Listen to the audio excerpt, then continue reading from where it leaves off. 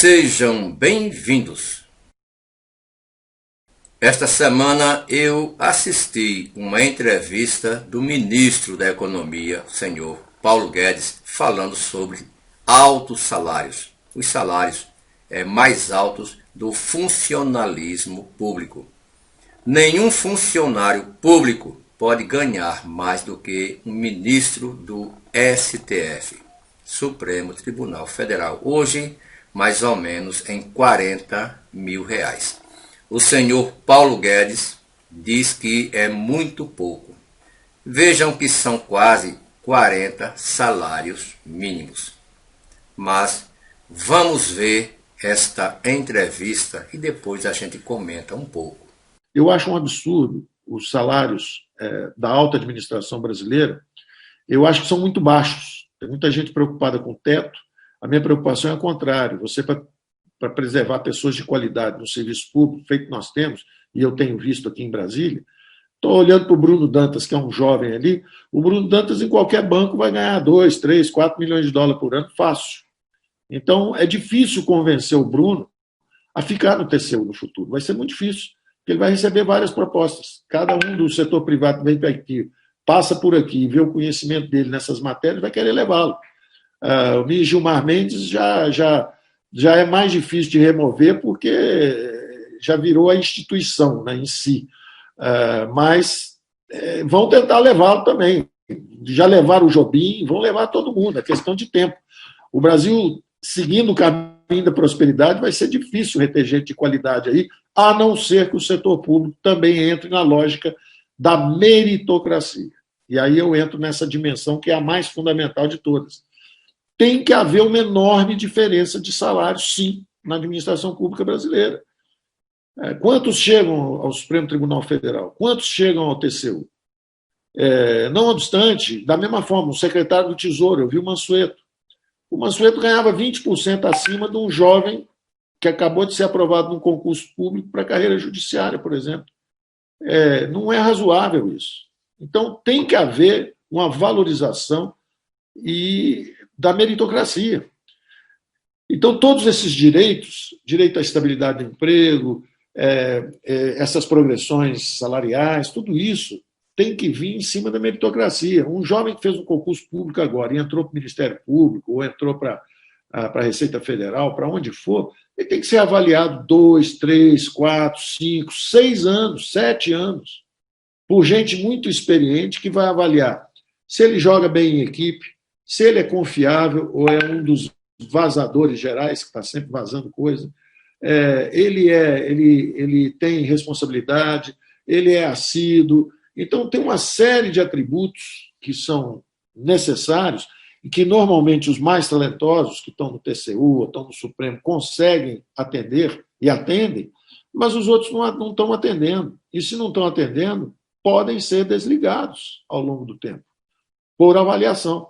Então, nós estamos tendo cuidado nessa reforma de entregar para as carreiras específicas a decisão de quanto tempo é preciso, de como serão feitas as avaliações. Então, nós só colocamos a arquitetura geral da reforma.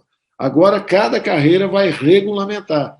Então, no TCU, quanto tempo precisa alguém que é contratado lá como um jovem analista, quanto tempo ele precisa ser examinado antes de adquirir a estabilidade?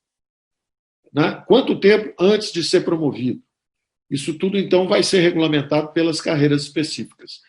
Os nossos cálculos iniciais é de que essa reforma, na formatação padrão que nós enviamos, vai cortar 300 bilhões de reais, são 287, uma coisa assim, 300 bilhões.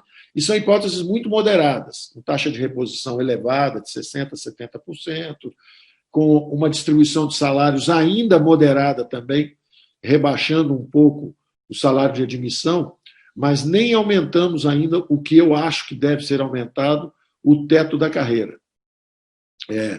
Então, nós devíamos ser mais meritocráticos nisso.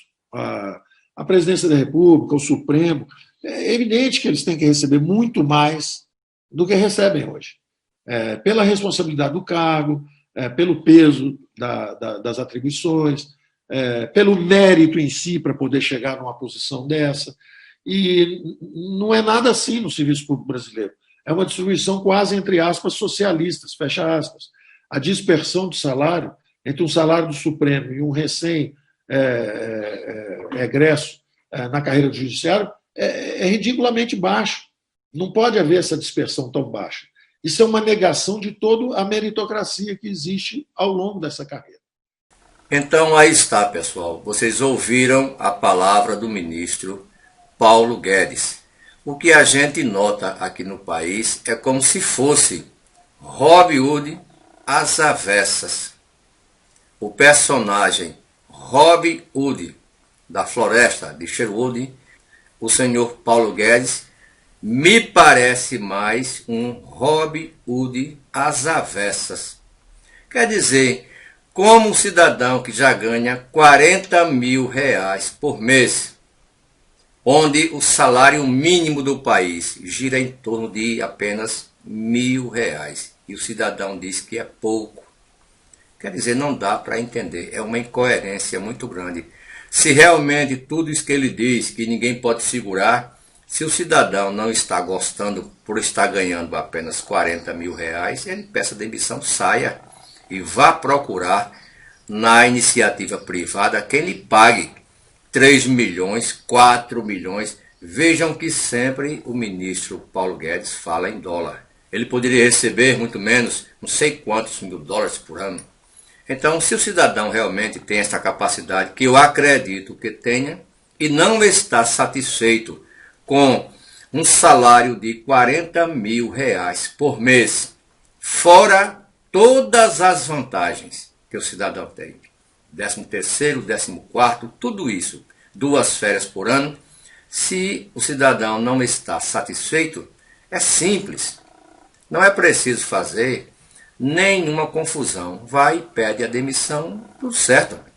Porém, eu acho que em um país onde a grande maioria da população ganha apenas um salário mínimo e muitos no país não ganham nem isso, o cidadão receber 40 mil reais por mês, dá para o cidadão muito bem sobreviver com a família dele. Então aí está a entrevista do ministro Paulo Guedes. Deixe o seu comentário a respeito. O que é que você acha da atitude do senhor Paulo Guedes? Hoje é sexta-feira, dia 11 de setembro de 2020. Muito obrigado a todos.